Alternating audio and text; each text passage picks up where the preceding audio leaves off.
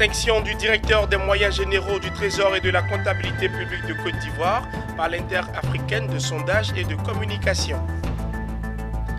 La COPEC rafle le prix de la meilleure microfinance à l'occasion des awards des entreprises. Bienvenue à toutes et à tous. Dans le cadre des hautes distinctions panafricaines de l'Interafricaine de communication et de sondage ICS, Michel Noufé, directeur des moyens généraux du Trésor et de la comptabilité publique de Côte d'Ivoire, a vu ses mérites récompensés. Les prix panafricains ICS du meilleur administrateur financier des structures de l'État de Côte d'Ivoire lui ont été décernés. La distinction s'est faite à Abidjan en présence de ses collaborateurs et d'éminentes personnalités.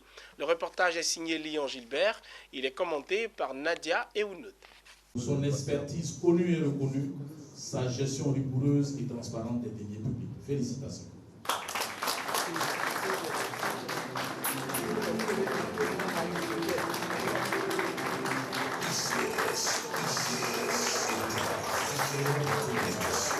Les qualités managériales de Noufé Michel ne sont pas passées inaperçues. Le directeur des moyens généraux du Trésor et de la comptabilité publique de Côte d'Ivoire a vu ses mérites récompensés par l'Interafricaine de communication et de sondage ICS. Il est reconnu comme meilleur administrateur financier des structures d'État de Côte d'Ivoire pour son efficacité à bien gérer les deniers publics du pays. Ce choix s'est fait à l'unanimité des 41 membres du jury de Interafricaine de communication et de sondage. Mais pourquoi un tel choix? Ce choix résulte des qualités professionnelles de cet économiste africain dont la compétence est connue et reconnue hors des frontières de son pays natal, la Côte d'Ivoire. C'est donc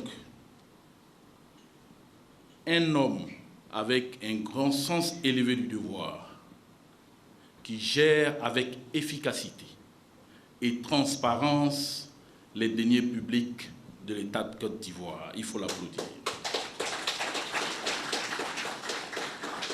Le lauréat se félicite de cette distinction. Il justifie cette récompense par ses efforts menés dans sa gestion transparente.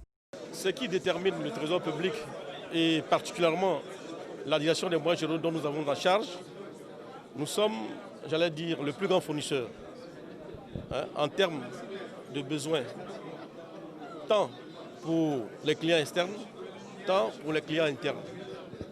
Et bien évidemment, chaque jour, c'est des milliers de personnes qui nous fréquentent à l'effet donc de voir l'avancement de leurs dossiers. Je parle bien entendu des prestataires de services. Et si ceux-là sont satisfaits, c'est-à-dire que la clientèle, d'une façon générale, est satisfaite. Au plan interne, c'est l'ensemble des agents. Nous sommes donc amenés à satisfaire la demande en matériel des agents du Trésor public. Bien évidemment, si ceux-là sont satisfaits, ça veut dire que le travail que nous faisons est bon. Collaborateurs, parents, amis et connaissances n'ont pas voulu se faire raconter cette cérémonie de distinction. Tous sont unanimes sur les valeurs de travail qu'incarne le récipiendaire du jour. Célébrer cette distinction, c'est traduit effectivement la réalité de ce que l'homme qui bénéficie de ce titre aujourd'hui est. Un homme humble, un homme ouvert, un homme compétent, un manager, bref, un homme modèle pour notre société. J'avoue qu'on n'est pas surpris de voir que notre cher ami, grand frère, soit aujourd'hui nominé à ce prix. L'hommage rendu au directeur des moyens généraux du Trésor et de la comptabilité publique de Côte d'Ivoire n'est pas le premier du genre réalisé par l'Interafricaine de communication et de sondage. Cette organisation non gouvernementale entend récompenser chaque fois tous les acteurs de l'excellence et de l'entrepreneuriat du continent africain. La coopérative d'épargne et de crédit de Côte d'Ivoire, COPEC, plane sur le toit de la microfinance dans le pays. Cela a une fois encore été confirmé à l'occasion des awards des entreprises initiés à Abidjan le vendredi dernier. La COPEC a raflé le prix de la meilleure microfinance. Les détails dans cet élément commenté par Pierre Tebeu. La grande star de la soirée des awards des entreprises ivoiriennes, c'est elle, la COPEC.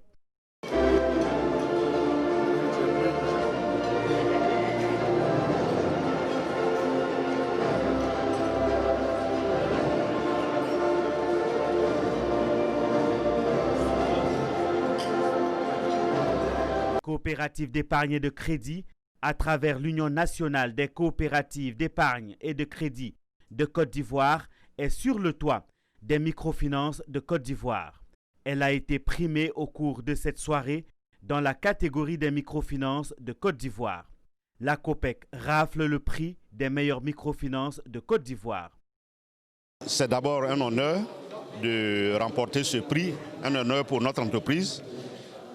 Et comme je l'ai dit, ce prix il est dédié à tous nos collaborateurs sur toute l'étendue du territoire, à tous les salariés de l'UNACOPEXI sur toute l'étendue du territoire. Pour qui observe le fonctionnement de la COPEC ces dernières années, ce résultat n'est pas surprenant. La COPEC a fait de la qualité des services son cheval de bataille.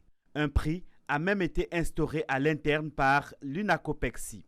Ce samedi à Cocody, les meilleures directions ayant réussi leur service qualité ont été primées. Il y a plusieurs processus. On a dans l'entreprise plus de 24 processus. Vous venez de constater que c'est 3 processus qui ont eu donc la mention, premier, deuxième, troisième. Nous ferons en sorte que l'année prochaine, quand même, on puisse aller jusqu'à 5 processus. Mais tout ce qui est important, les processus, tout ce qu'on dit qualité, c'est la satisfaction des clients. La COPEC, c'est 22 ans d'existence, 22 ans au cours duquel des pionniers ont fait d'énormes sacrifices pour hisser la microfinance au rang de leader en Côte d'Ivoire. Ce week-end, 6 d'entre ces pionniers font valoir leur droit à la retraite. Leurs collègues et la direction ont décidé de les célébrer. Le travail bien fait, j'ai appris à gérer, à connaître aussi les hommes et surtout la sincérité dans le travail. Je suis heureux que je m'en vais à la retraite au moment. J'ai encore la capacité, le courage de continuer. Aujourd'hui, on va le cœur en joie parce que ceux que nous avons laissés derrière nous, leur emploi est garanti. L'UNACOPEXI reste à ce jour la seule microfinance ivoirienne détenant une reconnaissance internationale pour la qualité des produits et services mis à la disposition de ses sociétaires à travers la certification ISO. L'UNACOPEXI compte à ce jour 24 COPEC regroupant 136 points de services fonctionnels sur le territoire ivoirien. 44 auditeurs ont été formés par la chaire UNESCO aux femmes et pouvoirs de décision. Ces 44 auditeurs sont sortis experts en genre après 9 mois de formation en ingénierie du genre. Ce samedi, dans la salle de conférence du ministère des Affaires étrangères, la collation de grade de ces nouveaux experts en genre a vu la présence de plusieurs autorités. Zeynab Dosso, Marie-Série. Promotion Charles Kwasi. Engagé pour la promotion du genre. Promotion Charles Kwasi. Ils sont issus de différents secteurs d'activité, mais aujourd'hui des experts certifiés en ingénierie du genre. Ces 44 auditeurs de la 3e promotion de la formation en ingénierie du genre sont outillés pour solutionner les inégalités liées au genre. La promotion Charles Kwasi est composée de 36 femmes et 8 hommes engagés. Nous nous sentons prêts à servir avec bienveillance et dans une dynamique collective nos entreprises et communautés au bénéfice de notre cher et beau pays. Le genre se pratique. Avec nos connaissances acquises, nous les pratiquons. La titulaire de la chaire UNESCO aux femmes et pouvoirs de décision, Euphrasie Kwasi Yao, promotrice de ce programme de formation, ne pouvait pas espérer mieux. Pour elle et ses partenaires, les experts sont aptes à contribuer à la création d'un environnement favorable à la promotion du genre. La formation en ingénierie du genre consiste à faire la promotion de l'approche genre comme un outil d'analyse, de diagnostic de toutes les questions du développement, depuis l'énergie solaire jusqu'aux questions agricoles. C'est une formation de laquelle nos apprenants sont sortis transformés et prêts pour relever tous les défis, aussi bien au niveau national qu'international. Aux filleuls de M. Denis Charles Kwasi, je vous transmets toutes ces félicitations mais aussi ces attentes relatives à votre contribution à apporter un plus à la question du genre dans vos différentes entreprises et communautés. La cérémonie de graduation des experts en ingénierie du genre s'est soldée dans une ambiance bon enfant. La photo des familles. Ah, le parrain a donné le ton, hein?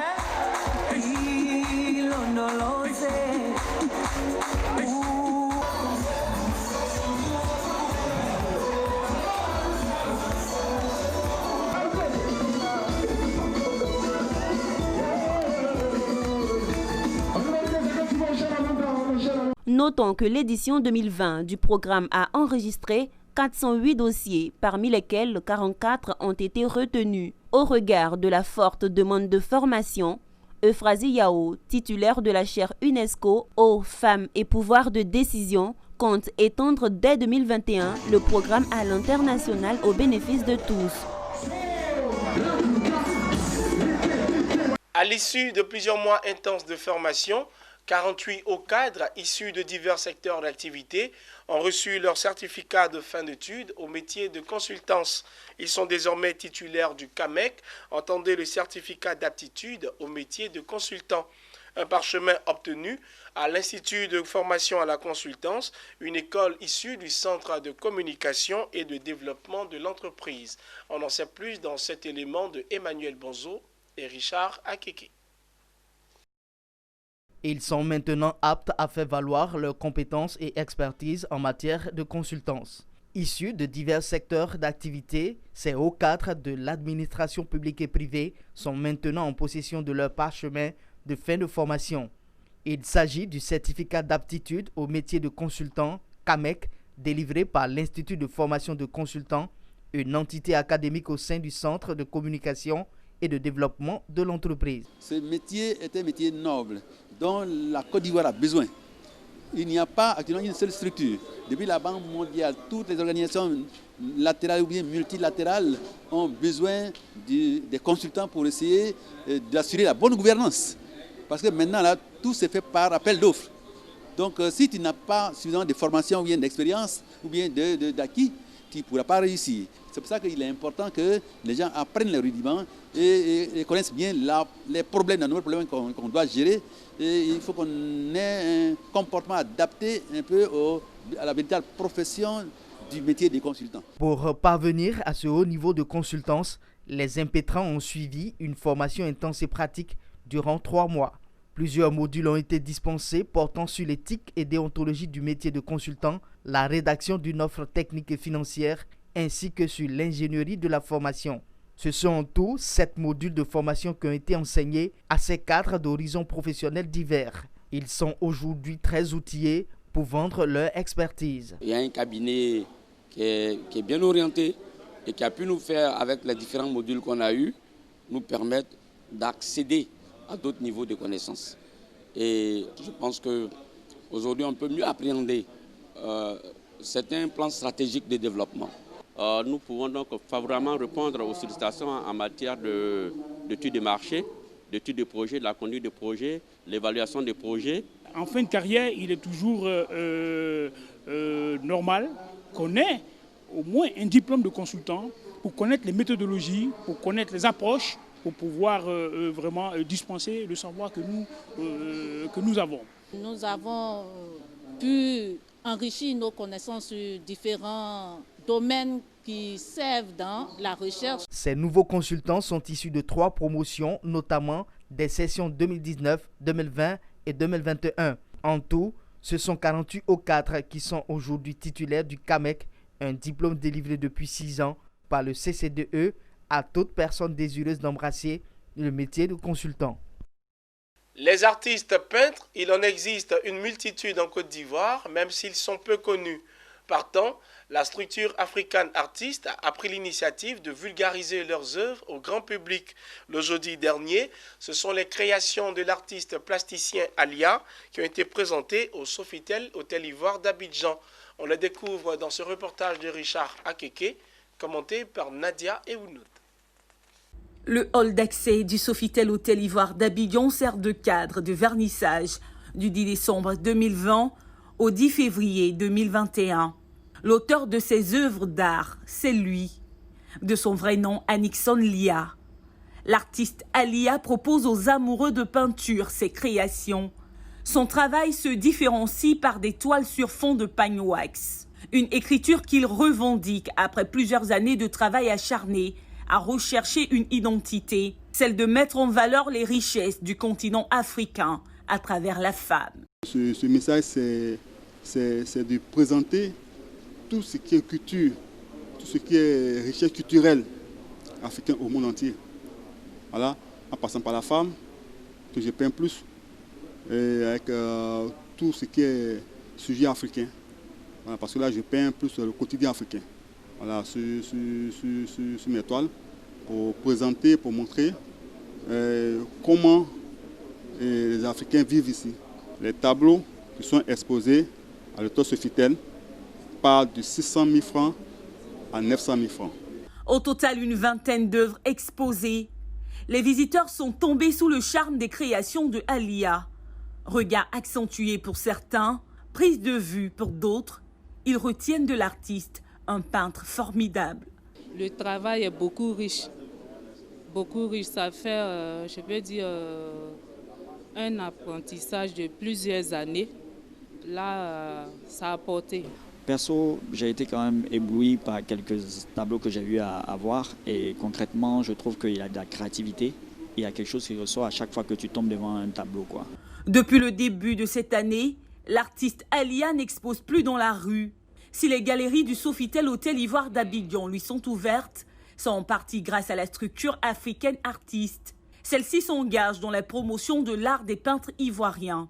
Depuis 2017, tous les 2 mois, voilà, nous organisons des vernissages et des expositions au sein du Sofitel Hôtel Ivoire et où nous dénichons des artistes à pétri de talent.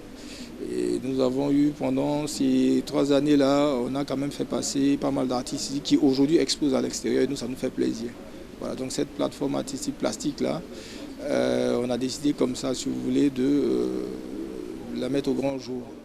Après Alia, la structure African Artist annonce l'exposition d'un autre peintre dans le mois de février 2021. Les promoteurs s'organisent également pour valoriser le travail accompli des artistes dans leur domaine de prédilection au travers d'une cérémonie de remise de trophées dénommée Abidjan Art Awards. L'événement est prévu pour décembre 2021.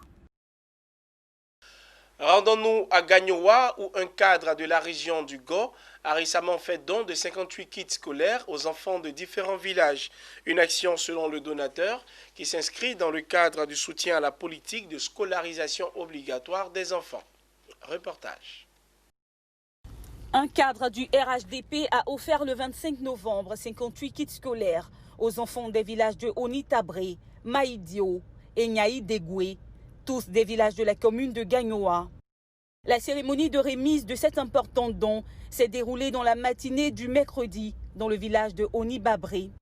Justifiant le sens de son action, le donateur a expliqué que cela rentre dans le cadre de la politique de scolarisation obligatoire des enfants initiée par le président Alassane Ouattara.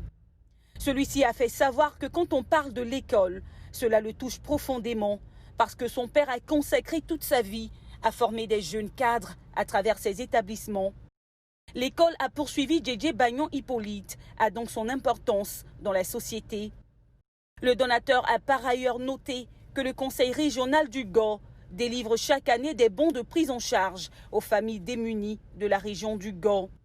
JJ Bagnon Hippolyte a clos ses propos en exhortant les populations de ces 4 villages au vivre ensemble. Chacun à son niveau s'engage. Il faut que nos mamans s'engagent, il faut que les papas s'engagent, il faut que tout le monde s'engage à ce que ça n'arrive plus. Il faut qu'on le dise ensemble, plus jamais ça. Parce que personne ne gagne quand on tue les enfants. Personne ne gagne quand on brûle les maisons des gens. Personne ne gagne quand on brûle les petits commerces de nos mamans. Aka Samuel a, au nom des COGES des 4 villages bénéficiaires, remercié le président de la cellule de réflexion pour le développement du Go. Le donateur a fait des dons en numéraire aux populations. Dans le cadre de ses activités pour la mandature 2020-2021, Le Rotary Club de San Pedro a posé une action sociale de dons de kits scolaires et de tables bancs au profit des écoles primaires publiques de Touy. Ce sont plus de 200 familles qui ont été soulagées du fait du contexte particulier de cette rentrée scolaire 2020-2021. Le reportage est signé Abel Kwao. Il est commenté par Walter Kofi. L'année scolaire 2020-2021 a démarré, puis a été interrompue par la situation sociopolitique du pays, consécutivement aux effets néfastes de la pandémie à coronavirus. Face à ces difficultés traversées par les familles, le Rotary Club de San Pedro, fidèle à ses idéaux de club service, vient offrir gracieusement des kits en fourniture scolaire aux enfants de Touy dans la sous-préfecture de Gabiadji. L'appel à l'aide des enseignants des écoles de Touy face aux difficultés rencontrées dans l'exercice de leur art ont conduit le Rotary Club de San Pedro à offrir une centaine de tables bancs, des kits scolaires de la classe de CP1 au CM2, des montants global de 1 200 000 francs CFA. Cette action a été réalisée grâce à l'appui technique et financier de AKRV, député de Gabiadji et du Conseil régional de San Pedro. Chaque année, nous faisons des activités d'intérêt public pour être aux côtés des populations les plus défavorisées. Et donc cette année, cette activité, comme on le sait, la situation sociopolitique ne nous a pas permis de la tenir dans le temps, dans le mois d'octobre, juste à la rentrée scolaire. Mais malgré tout, nous avons tenu nos engagements.